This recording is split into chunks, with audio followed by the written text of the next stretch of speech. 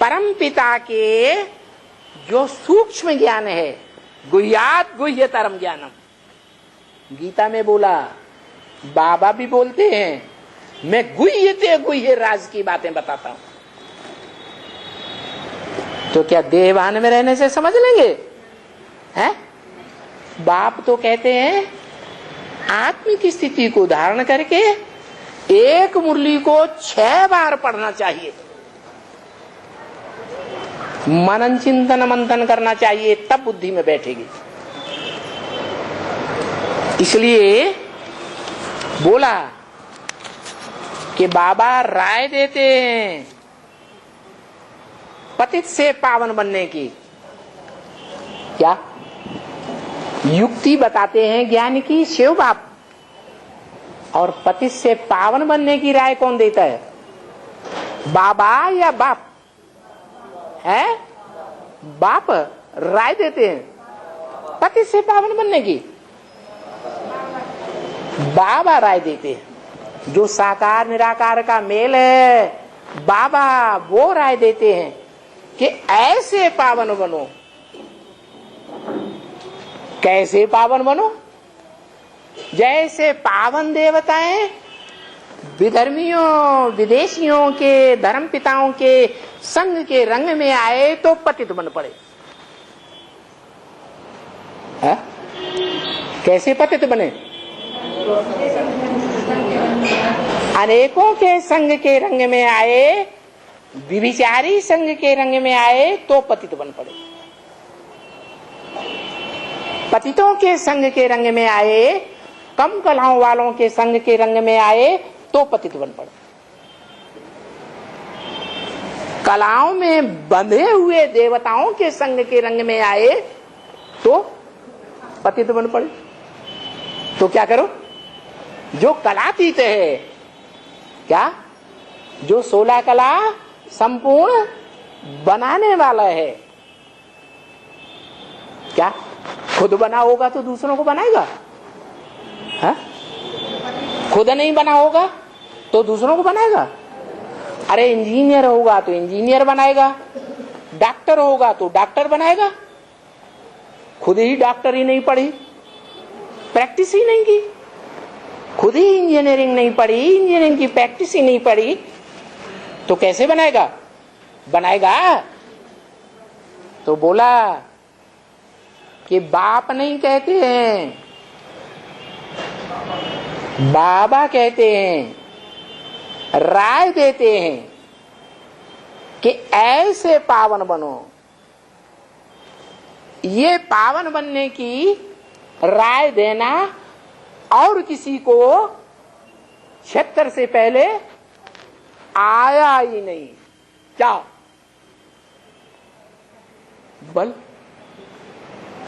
इस्लामियों की बुद्धि में आया, जो इस्लाम धर्म में कन्वर्ट होने वाले थे, जिन्होंने सुना मुरली में, क्या क्या दृष्टि से सृष्टि सुधरती है, लेकिन ये बुद्धि में नहीं आया कि किसकी दृष्टि से सृष्टि सुधरती है? ऊंचते ऊंच की दृष्टि से सृष्टि सुधरती है या नीचों की दृष्टि से सृष्टि सुधरती है? उन्होंने अपन को ऊंच समझ लिया और दृष्टि देने की परंपरा शुरू कर दी। पोस्टर छपा दिए, शिव ज्योति बिंदु ऊपर, उसके नीचे कुमारका दादी का चित्र, उसके नीचे जानकी दादी का चित्र, विष्णु जी महाराज, उसके नीचे गुलजार दादी का चित्र, चेहरा, ब्रह्मा, ब्रह्मा विष्णु शंकर, वो हो गया महादेव। वो महादेव में शिव बाप प्रवेश करते हैं, उसको देवों में बड़ा देव महादेव बनाते हैं, फिर वो दूसरों को देवता बनाता है। वाह भाई वाह, हो गई शुरुआत किस बात की? शिवो अहम, आत्मा सो परमा, हर आत्मा परमात्मा बनना शुरू हो गई। जो देहधारी गुरु गद्दी पे बैठा क्या बन गया? परमात्मा बन गए। लेकिन बाप कहते हैं, बाबा तुम बच्चों को राय देते हैं क्या कि ऐसे पावन बनो। कैसे पावन बनो है? अरे देवताएं कैसे पतित बने है? जो विधर्मी विदेशी धर्म पिताएं और उनके फॉलोअर्स आए और उनके संग के रंग से पतित बन गए, ऐसे तुम भी क्या करो, तुम उल्टा कर दो, अनेकों के संग के रंग में मत आओ। क्या? अनेकों से कानों से ज्ञान न सुनो, अनेकों से दृष्टि मत लो। क्या? दृष्टि जो है साकार में भी विनाशी आंखों से ली जाती है। और माता, बच्चा विदेश में चला जाता है पढ़ाई पढ़ने के लिए 4-6 साल, उसे अंदर की आंख से याद करती है कि नहीं? तो संग का रंग लगता है कि नहीं? तो ऐसे ही एक का संग का रंग करो, अनेकों का संग का रंग नहीं लेना है। ऐसे तुम पावन बनेंगे। और संग का रंग शरीर के बिना तो लगता ही नहीं। शरीर की इंद्रियां चाहिए। मिसाल दिया जाता है, स्त्री अपने जीवन में सारा जीवन पति की पुरुष इंद्रियों को याद करती है, तो अंत समय भी क्या याद आता है? अंतमते सोगते हो जाती है।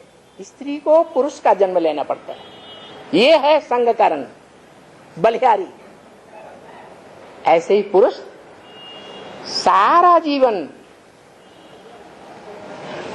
जिस स्त्री का संग का रंग करता है, इंद्रियों से सुख लेता है, वो सुख अंत समय में याद आता है। अंतमते सोगते, स्त्री का जन्म मिल जाता है। तो इतना बड़ा मिसाल मौजूद है, तो समझ लेना चाहिए कि प्रैक्टिकल में संग का रंग लिए बगैर पति से पावन नहीं बन सकते और पावन से पतित भी नहीं बन सकते।